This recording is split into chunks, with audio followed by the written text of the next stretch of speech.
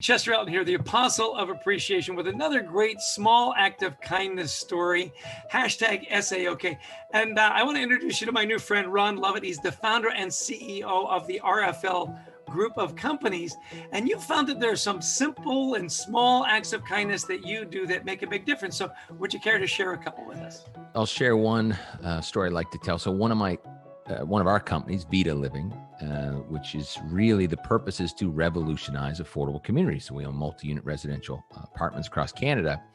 And we recently had a fire in one of those buildings. And I had heard a story about a tenant that really went out of their way to help individuals in the community. He knocked on doors. One door was open. He took the dog out, took it outside. And he really, there was a lot of smoke in the building as well. So to me, this guy's a hero. And so when I heard the story, I asked for his phone number and I sent him a text message saying, look, Mitch, thank you so much for what you did. I mean, it just warms my heart to know that someone stepped up and did that. You know, I'm so appreciative and inspired by what you did. So thank you so much. And for that, I'd like to take you out for lunch as a thank you. And I got a text message back. It said, look, Ron, Vita Living is the most impactful, powerful community I've ever lived in my life. I'd do anything for these community members.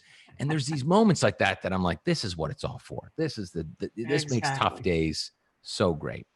And the story continues. We went to lunch at a place called Freeman's Pizza in Halifax. And, I used to ask customers, if you owned our company, what would you do differently? What's one thing we could do to service you better? And I don't get great results because the relationship's just not there a lot of times. So I positioned that question differently as we're eating lunch. I said, look, Mitch, if you're comfortable, I'd love to get your counsel and guidance and help in solving a particular problem that I think impacts the customer. Or are you open to that? He says, yes. And so I lay that out. I should tell him what the problem is. And I said, would that be correct? Does that impact you? Yes, it does. How would you solve that problem? I would really love your guidance in this and your help. And from there, sure enough, he lays out some great solutions. I take it back to the office and boom, our customers are solving our problem. They also, here's someone that is obviously a stakeholder in the community.